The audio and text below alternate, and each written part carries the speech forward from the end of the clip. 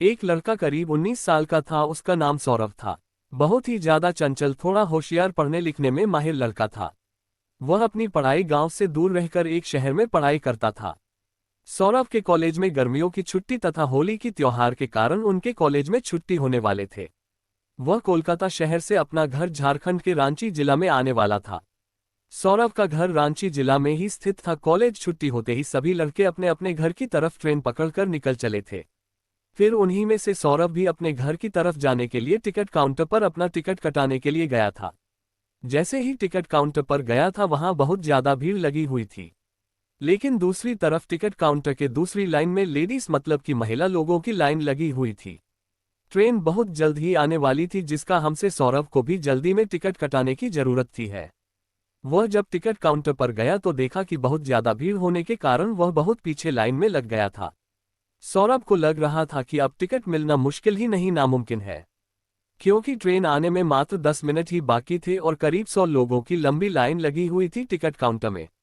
वह जल्दीबाजी में टिकट कटाने के लिए कोई तरकीब सोच ही रहा था कि उसे एक लड़की दिखाई दिया। वह लड़की भी ना टिकट लेने के लिए महिला वाली टिकट काउंटर वाली लाइन में लगी हुई थी। वह लड़की भी रांची जाने वाली थी और उनके पास पेन नहीं था टिकट फॉर्म भरने के लिए।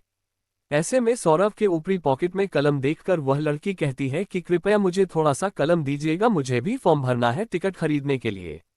उसके बाद सौरभ कहता है, मैं लिखने के लिए कलम तोड़ दे दूंगा, लेकिन कृपया करके मेरे भी टिकट वश में भाग लीजिए। आप भी उसी स्टेशन तक जाएगा जिस स्टेशन से मुझे घर जाना है। तभी वह लड़की पूछती है कि आपको कौन सा स्टेशन पर जाना है। उसके बाद सौरभ कहता है कि मुझे झारखंड के रांची स्टेशन तक जाना है। फिर उसने वह लड़की भी कहती है मुझे भी झारखंड के रांची डिस्ट्रिक्ट रखी जाना है। फिर उसके बाद सौरभ कहता है कि एक ही टिकट में मेरा भी नाम बाहर लीजिएगा, मुझे भी टिकट मिलने में आसानी हो जाएगी और फिर हम लोग उसी टिकट से अपना सफर तय कर लेंगे। लड़की सोनू का बात मान जाती है। वह कहती है कि ठीक है, मैं आपका टिकट अपनी टिकट नहीं मिला कर ले लूंगी। फिर सौरभ अपने पॉकेट से पैसे निकलता है। उस लड़की को देखा है ताकि वह टिकट उसके बदले भी कटाते हैं। हम दोनों आदमी टिकट लेकर दौड़े दौड़े ट्रेन के पास आता है। जैसे ही ट्रेन में दोनों आदमी चलते हैं, ट्रेन को 1 मिनट में अपना इंजन चालू करके चल पड़ती है। हम सांवरा और वह लड़की दोनों चैन की सांस लेते हैं और दोनों आमने सामने वाली सीट में बैठकर बातें करने लगते हैं। हावड़ा स्टेशन से रांची स्टेशन जाने के लिए करीब करीब 8 से 9 घंटे लगते हैं और वह भी यह सफ़र रात का सफ़र होता है। वही वहां से ट्रेन है, रात में ही चलती है। ऐसे में दोनों को बातचीत करने के लिए मौका मिल जाता है। दोनों अपनी अपनी सीट पर बैठकर दोनों एक दूसरे से बातचीत करना शुरू कर देते हैं। गाड़ी चलते ही थोड़ी देर होने के बाद वह लड़की कहती है कि मुझे खाना खाना है, मुझे भूख लगी है। तभी सारा कहता है, जी ठीक है, आप खा लीजिए, मैं बाद में खा लूंगा, मुझे अभी भूख नहीं लगी है। इतना सुनते ही वह लड़की भी कहती है कि जब आप खाएगा तो ही मैं खाऊंगी। कभी सौरभ पूछता है, क्या ऐसी क्या बात है कि जब भी मैं खा लूंगा तो ही तुम खाएगी ही। तभी वह लड़की कहती है कि हम दोनों साथ में जा रहे हैं, मैं अकेले खाऊंगी मुझे अच्छा नहीं लगेगा, इस कारण से मैं जब आप खाएगा तो ही नहीं खाऊंगी। दोनों में बातचीत शुरू हो जाती है और उस लड़की का नाम पूछता है। वह लड़की अपना नाम शोभा बताते हैं। तभी वह लड़की कहती है कि मुझे तो आपका नाम पहले से ही पता है। उसके बाद सौरभ कहता है कि आपको मेरा नाम कैसे पता चला है। तुम ही शोभा कहती है कि आपने अपना नाम और उम्र टिकट बनाते समय बताया था और वह टिकट अभी भी मेरे पास ही है, इसी कारण से मुझे आपका नाम पता है। अभी सौरभ कहते हैं कि मुझे तो ये पता भी नहीं है, आपको मेरा नाम भी पता होगा। मुझे तो याद भी नहीं है कि मैं अपना नाम आपको कभी बताया भी होगा। तभी वह लड़की कहती है कि आपने तो बताया था, मुझे अभी भी जानती है। रात बहुत ज्यादा हो जाता है, दोनों अपनी अपनी सीट पर सो जाते हैं। सुबह के 3 बजे नींद टूटती है दोनों का। उसके बाद दोनों अपना अपना पानी की बोतल से अपना सामान होता है और फिर दोनों एक दूसरे से बातचीत करना शुरू कर देते हैं।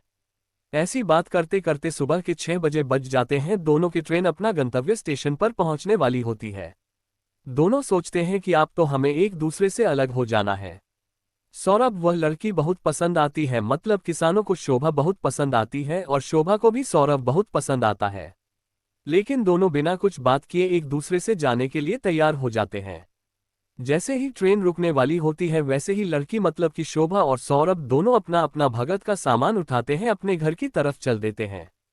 जैसे ही सांवरा और शोभा दोनों अपना अपना घर पहुंचता है, उसके कुछ देर बाद सौरभ के मोबाइल पर एक कॉल आता है। सौरभ अपना मोबाइल से कॉल रिसीव करता है और कहता है कि आप कौन बोल रहे हैं। कभी उधर से आवाज आती है कि मैं शोभा बोल रही हूँ। ये सुनकर सौरभ का मन विचलित हो जाता है और वह खुशी के मारे इधर उधर घूमने लगते हैं। क्योंकि सौरभ को सुबह का नंबर तथा उसका कॉल देखकर उसे बहुत ज्यादा खुशी मिली है। तभी सुबह मोबाइल पर कहती है कि आपने अपना घर पहुंच लिया है। तभी सौरभ करता है कि हाँ, मैं 1 घंटा पहले ही अपना घर पहुंच चुका हूं। उसके बाद सौरभ शोभा से पूछता है कि आपने अपना घर पर पहुंचती है। तभी शोभा कहती है कि मैं भी 1 घंटे पहले ही पहुंच चुकी थी। मुझे नहाने और फ्रेश होने में टाइम लग गया था, इसलिए मैं 1 घंटे बाद फोन कर रही हूं। अब दोनों में खूब अच्छी तरह से बातचीत होने लगी है। दोनों मिलकर हम दिन भर रात भर मिलकर बातें करते रहते हैं। और आप दोनों को एक दूसरे से काफी ज्यादा मित्रता और एक दूसरे में प्यार होने लगा था रखना। एक दूसरे से मिलने के लिए एक दिन जरा सी स्टेशन पर बुलाया और स्टेशन के बाजू में एक पार्क था, वही दोनों एक दूसरे से मिलने का समय भी फिक्स किया था। फिर दोनों मिलकर आती कहां से बातचीत करते हैं। दोनों एक दूसरे को समझते हैं तथा एक दूसरे को प्यारा अथवा किस करते हैं।